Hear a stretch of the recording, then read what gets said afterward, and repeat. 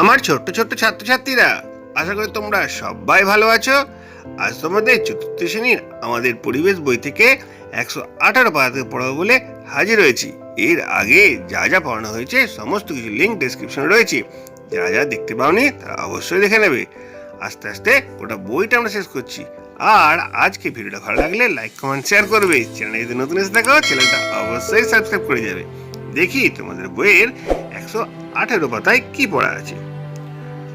দেখতে পাচ্ছি মানুষের কত রকম সম্পর্ক। এখানে বেশ কয়েকটা ছবি দেওয়া হয়েছে। ছবিগুলো দেখে আমাদের নিচে লিখতে হবে কোনটা কি বলতে চেয়েছে। দেখো, এখানে এক এক করে ছবি দেখতে পাচ্ছি, সেগুলো আমরা জেনে নিচ্ছি। প্রথম ছবি দেখতে পাচ্ছি পরিবারের কোনো একজন লোক ঝাড় দিচ্ছে, একটা শিশু বসে রয়েছে। 2 নম্বর ছবি দেখা যাচ্ছে মৌমাছিরা দল বেঁধে ফুল থেকে মধু সংগ্রহ করছে আর মৌচাকে জমা করছে। দেখো, 3 নম্বর ছবিতে আমাকে দেখতে পাচ্ছি যে বাজারে একজন ক্রেতা বিক্রেতার কাছ থেকে জিনিস কিনছে, মাছ কিনছে। ঠিক আছে। 4 নম্বর ছবি দেখতে পাচ্ছি এক পাল হাতি জঙ্গলে ঘুরে বেড়াচ্ছে, একটা ছোট্ট হাতিও রয়েছে। 5 নম্বরে দেখতে পাচ্ছি একটি পরিবারের সদস্যরা অর্থাৎ বাবা, মা ও তাদের ছেলেমেয়েরা গাছতলায় বিশ্রাম করছে। 6 নম্বর ছবি দেখা যাচ্ছে কয়েকটি হনুমান তাদের বাচ্চা নিয়ে বসে আছে। দেখো, এই 6টা ছবি আমরা 118 পাতায় পাচ্ছি। এখান থেকে আমাদের কি শেখার চেষ্টা করছে এসব আমরা একটা দেখে নিই। টিয়ার দাদা ওর পাশে বসে একটা বই পড়ছিল। টিয়া একবার উঁকি মারলো, দেখলো দাদার বইয়েতে একটাও ছবি নেই। ছবি ছাড়া বই টিয়ার ভালোই লাগে না। দাদার বইতে লেখা মানুষ সামাজিক প্রাণী। টিয়া ভাবলো সামাজিক প্রাণী আবার কাকে বলে। ঠিক করলো পরদিন দিদিমণির কাছে জানতে চাইবে এর মানেটা। পরদিন ক্লাসে ঢোকা মাত্রই টিয়া প্রশ্ন করলো, দিদি সামাজিক প্রাণী মানে কি? দিদিমণি বলল, আসলে মানুষ সমাজে সবার সঙ্গে মিলেমিশে থাকে, একা একা কোনো মানুষই থাকতে পারে না। দল বেঁধে সমাজ থাকে বলেই মানুষকে সামাজিক প্রাণী বলে। হাতি, মৌমাছি আর শিম্পাঞ্জি একরকম সামাজিক প্রাণী। দেখো, এখান থেকে তোমরা বুঝতে পারছো সামাজিক প্রাণী বলতে কি বোঝো। কয়েকটা উদাহরণ তোমরা পেয়ে যাবে। পলাশ বলল, পিঁপড়ে, উইপোকা ওরাও তো দল বেঁধে থাকে, ওরাও কি সামাজিক প্রাণী?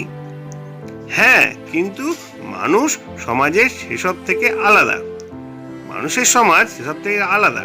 রমেশ বলল, দিদি সমাজ মানে কি দল বেঁধে থাকা? সমাজ কথার একরকম মানে হতে পারে একসঙ্গে চলা, সকলের প্রয়োজনে সকলে মিলে মেটানো, একের দরকারে সকলকে সাহায্য করা। রাবেয়া বলল, পরিবার তো তাই হয়, সবাই সবার পাশে দাঁড়ায়। দিদি বলল, হ্যাঁ, সমাজ ও পরিবারের অনেক মিল আছে। দেখো, এখান থেকে তোমরা বুঝতে পারবে সমাজ বলতে কি বুঝি, পরিবার বলতে কি বুঝি। তারপরে কি আছে দেখো, রানী বলল, দিদি ঠাকুমা একবার একটা কথা বলেছিল, আমাদের অনেক আত্মীয়। আত্মীয় মানে কি দিদি? একই পরিবারের শাখা পোশাকে আত্মীয় বলে। আমরা সবাই এক একটা পরিবারে থাকি। ধরো তোমার পরিবারে দাদা ঠাকুররা 5 ভাই 4 বোন, সেই 4 বোনের আলাদা পরিবার। আবার তোমার ঠাকুমার 3 ভাই, তাদেরও আলাদা পরিবার। সেই সব মানুষেরা তোমাদের সঙ্গে একই পরিবারে থাকেন না, কিন্তু তারা সবাই তোমাদের আত্মীয়। রহমান বলল, সেভাবে দেখলে আমাদের আত্মীয় মানে অনেক মানুষ। হ্যাঁ, তাই তো, যতদিন গেছে লোক বেড়েছে, সম্পর্কগুলো তত ছড়িয়ে গেছে। পলাশ বলল, দিদি সমাজ কি? আসলে অনেক মানুষ একটা জায়গায় একসঙ্গে থাকেন, তারা একে অপরকে নানাভাবে সাহায্য করেন। সেই মিলেমিশে থাকার মানে একটা বড় পরিবার, অথচ সেটা পরিবার নয়। আবার সকলে আত্মীয় নয়। যেমন ধরো ডাক্তারবাবু রানীর বা রহমানের পরিবারের মানুষ নন, কিন্তু তিনি তোমাদের খেয়াল রাখেন, তোমরাও তার বাড়িতে যাও। একইভাবে তোমরা যারা এই ক্লাসে পড়ো সবাই কিন্তু এক পরিবারের সদস্য নও, আত্মীয় নও, তবু কেমন মিলেমিশে থাকো। এইরকম একসঙ্গে মিলেমিশে থেকে সমাজ তৈরি হয়, সমাজ যদিও পরিবারের থেকে অনেক বড়। অরুণ বলল, দিদি সমাজ কি মানুষই তৈরি করেছে? হ্যাঁ, এক সময় মানুষ জোটবদ্ধ হয়ে থাকতো, তাতে খাবার খুঁজতে সুবিধা হতো, আবার বন্য পশুর হাত থেকে লড়াই করতেও সুবিধা হতো। তখন মানুষ বুঝলো একা থাকলে চলবে না, জোটবদ্ধ হয়ে থাকার সুবিধা অনেক বেশি। তাই মানুষ সেই সময় থেকে জোট বাঁধা শুরু করেছিল, আর পরিবার থেকে সমাজ তৈরি হলো। সমাজে নানা মানুষ নানা কাজ করেন, যেখানে একজন আরেকজনের উপর নির্ভর করে থাকে। ধর একজন চাষ করেন, তার ফলানো ফসল বাকিরা খান। আবার একজন কাপড় তৈরি করেন, তার তৈরি করা কাপড় সবাই পরেন। একজনই সব কাজ করেন না বা করতে পারেন না। এবার দিদিমণি জানতে চাইলেন, তোমাদের বাড়িতে আর কে কে থাকেন? সবাই কথা থেকে বোঝা গেল অধিকাংশের বাড়িতে বাবা মা ভাই বোন আছেন, কারো কারো বাড়িতে দাদু ঠাকুমা আছেন, অনেকের বাড়িতে আবার জেঠু জেঠিমা কাকা কাকিমা মামা মামিরাও থাকেন, আবার তাদের ছেলে মেয়েরাও থাকেন।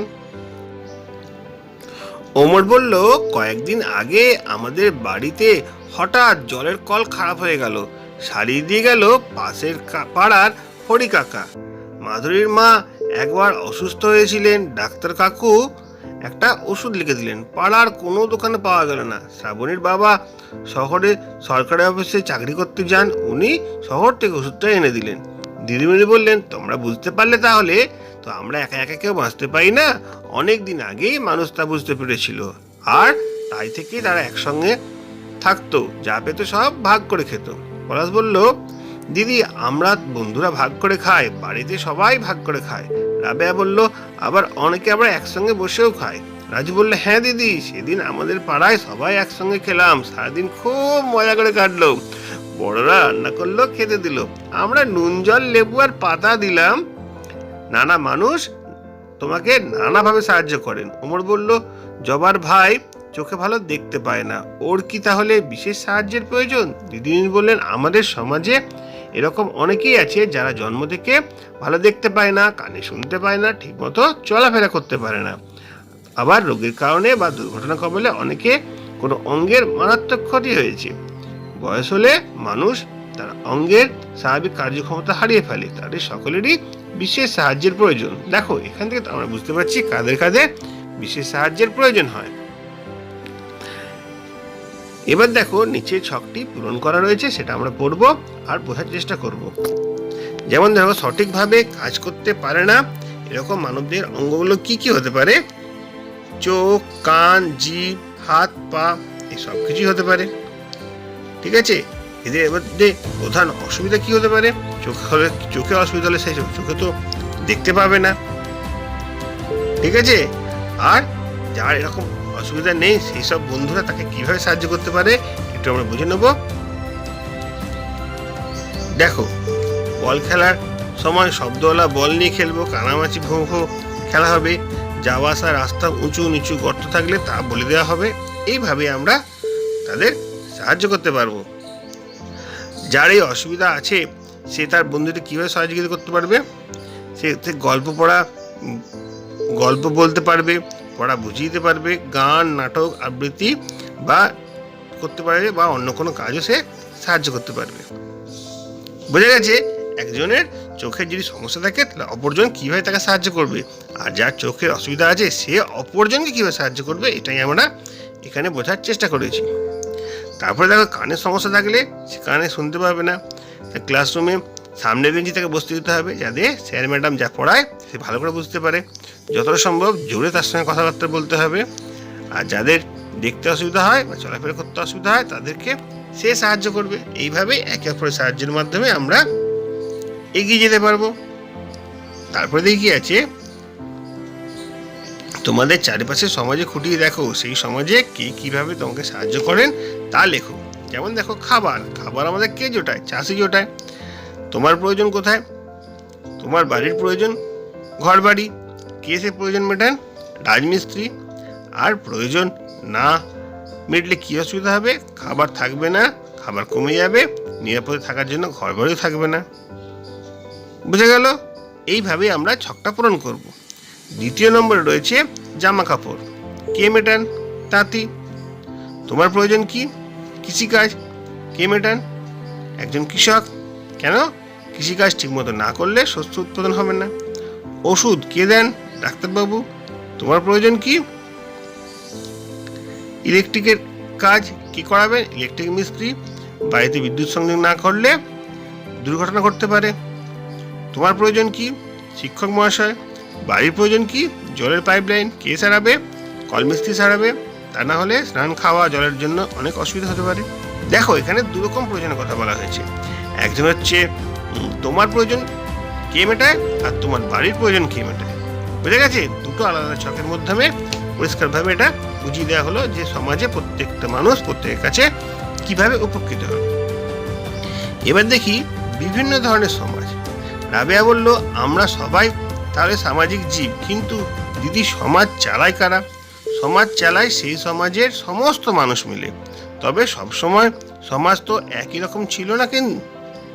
কিন্তু পলাশ বলল, সমাজেরও আবার নানা রকম ভাগ হয় নাকি? তা হয় বই কি। ধরো, আমি যদি তোমাদের পুরো নাম জানতে চাই, তোমার নাম ও পদবি বলবে, আর তোমার পদবি তোমার বাবার পদবি একই, তার মানে তোমার নামের পাশে বাবার পদবির জোড়া থাকে। সেই পদবিটা হলো তোমাদের পরিবারের পরিচয়। কিন্তু তোমাদের মায়ের পদবি আগে আলাদা ছিল। মা তোমাদের পরিবারে এসে তোমাদের বাবার পদবি ব্যবহার করেন। অরুণ বলল, দিদি পদবীর সঙ্গে সমাজের কি সম্পর্ক? এই যে বললাম আমাদের নানা রকম সমাজের কথা। তোমরা যখন বাবার নামের পাশে বাবার পদবিটা তোমাদের নামের পাশে লেখো, আবার অনেকে জায়গার নামে পদবি, তাহলে সমাজে মেয়েদের ভূমিকা কি? আমাদের সমাজে ছেলেদের মেয়েদের ভূমিকা সবসময় সমান। সে অনেক দিন আগেকার কথা। সবাই যখন দল বেঁধে থাকতো, মেয়েরাও শিকার করতে যেত ছেলেদের সঙ্গে, আবার তারা বাচ্চাদেরও দেখাশোনা করতো। পলাশ বলল, আমার মাও চাকরি করেন, আবার বাড়ির কাজও করেন, বাবাকেও সাহায্য করেন বাড়ির কাজে, বাবাও সাহায্য করেন বাড়ির কাজে। তবে আমাদের ঠাকুরমা এখন সবার বড়, সকলে তার কথা মানে। দিদি বলল, আমাদের দেশের মেঘালয় রাজ্যে খাসিয়াদের সমাজে আজও মা পরিবারের প্রধান। সেই সমাজে মায়ের গুরুত্ব বেশি, পরিবারের প্রধান বলতে মা। দেখো, এর একটা ভালো প্রশ্ন, আমাদের দেশের মধ্যে কোন জায়গায় মেয়ে হচ্ছে সমাজের পরিবারের প্রধান? মেঘালয় রাজ্যে খাসিয়াদের সমাজে মেয়েরা পরিবারের প্রধান। দেখো, মায়েদের আদেশই শেষ কথা। সম্পত্তির ওপর পুরুষদের কোনো অধিকার থাকে না। মায়ের বংশ পরিচয়ে সন্তানের পরিচয় হয়। আর আমাদের সমাজের কথা বলতে গেলে আমরা আদি পুরুষের কথা বলি, খাসিয়ারা বলে আদি মাতার কথা। দেখো, আমাদের সমাজের সঙ্গে খাসিয়াদের সমাজে কি পার্থক্য, এখান থেকে আমরা বুঝতে পারবো। আমরা বলি আদি পুরুষের কথা, খাসিয়ারা বলে আদি মাতার কথা। এরপরে কি দেখি, রানী বলল, আচ্ছা দিদি, সমাজ চিনব কি করে? অনেক দিন এক জায়গায় একসঙ্গে থাকার ফলে সমাজ তৈরি হয়। সেই সমাজের লোকেরা কতগুলো বিষয় একই রকম হয়। ধরো সংস্কৃতির কথা, আমরা প্রায় সবাই ক্লাসে একই রকম সংস্কৃতি নিয়ে থাকি। ভাষা, খাবার, পোশাক, নাচ, গান, উৎসব, শিল্পকলা নিয়েই সংস্কৃতি। দেখো, তাহলে সংস্কৃতি কী কী জিনিস নিয়ে তৈরি হচ্ছে আরও একবার বলে দিচ্ছি। কোনো সমাজের ভাষা, খাবার, পোশাক, নাচ, গান, উৎসব আর শিল্পকলা, এই নিয়ে হচ্ছে আমাদের সংস্কৃতি। আর তা দিয়ে চেনা যায় একটা সমাজকে। তাহলে সমাজকে চেনার উপায় হচ্ছে সেখানকার সংস্কৃতিকে চেনা। এবার ছবিগুলো দেখে কি দেখা যাচ্ছে বলো তো? সবাই বলল, দিদি এখানে নানা লোকে নানা রকম কাজ করছে, পুরুষ আর মহিলা দুজনেই কাজ করতে পারেন। দিদি বলল, এরপর থেকে এরকম সমাজের কথা জানা যায়। ধরো, এক সময় মানুষ শুধু ঘুরে ঘুরে খাবার খুঁজতো, যাযাবর সমাজ বলা হয়। তাহলে বোঝো, যাযাবর সমাজ বলতে কি বোঝো? এখান থেকে এটা বুঝতে পারছি আমরা। যখন মানুষ ঘুরে ঘুরে খাবার সংগ্রহ করতো, নিজস্ব স্থায়ী বাসস্থান ছিল না, তখন তাকে যাযাবর সমাজ বলা হতো। তারপর মানুষ পশুপালন করতে শুরু করলো, তখন পশুপালন সমাজ। তারপরে কৃষিকাজ করতো, কৃষিকাজ সমাজ।